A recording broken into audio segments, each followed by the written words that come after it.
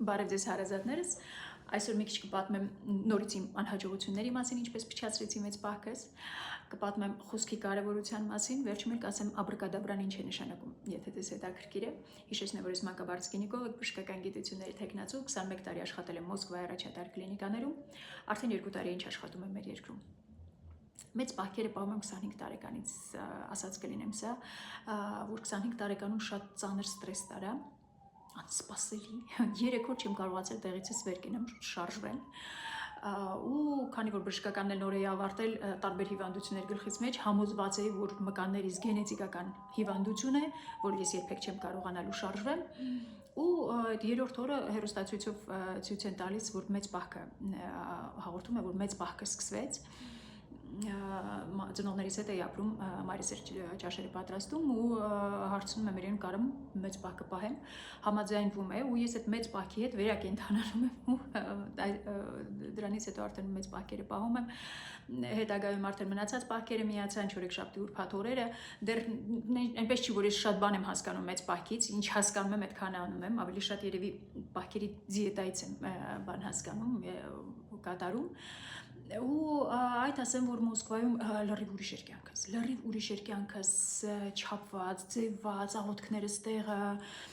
գտակարան կարդալը անպայմանորական, այդ պահքերը պահելը, իսկ եկել եմ մեր երկիր, ես վերջի 2 տարվա մեջ, ոնց որ լրիվ իմ ստեղծած մոլորակից ընկել եմ ու չեմ կարողանում վեր կենալ։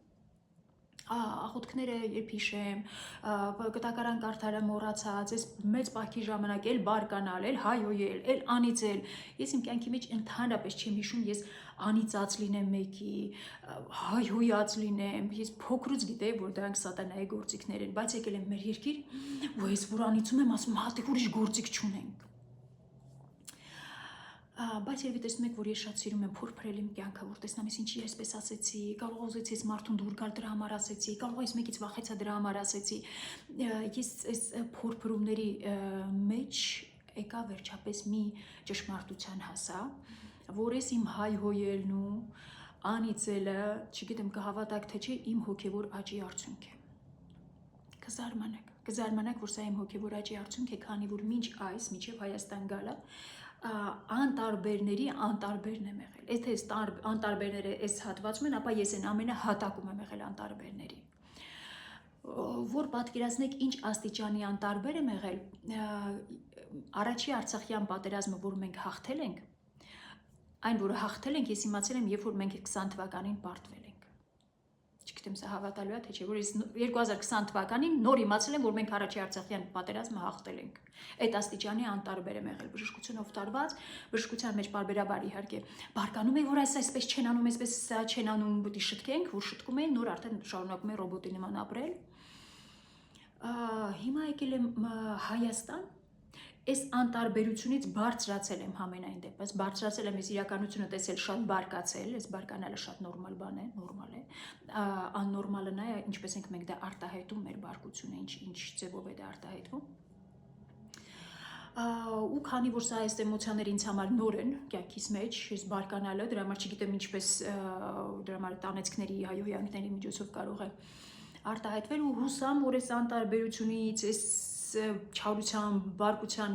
միջոցով ես վերջապես կհասնեմ երրորդ հարկ, որտեղ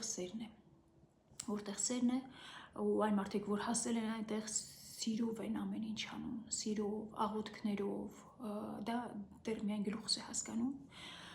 եթե կան մարդիկ, որ արդեն այդ հարկում են, երրորդ հարկում են, հասել են դրան, կուզեմ այս կոմենտների մեջ կիսվեք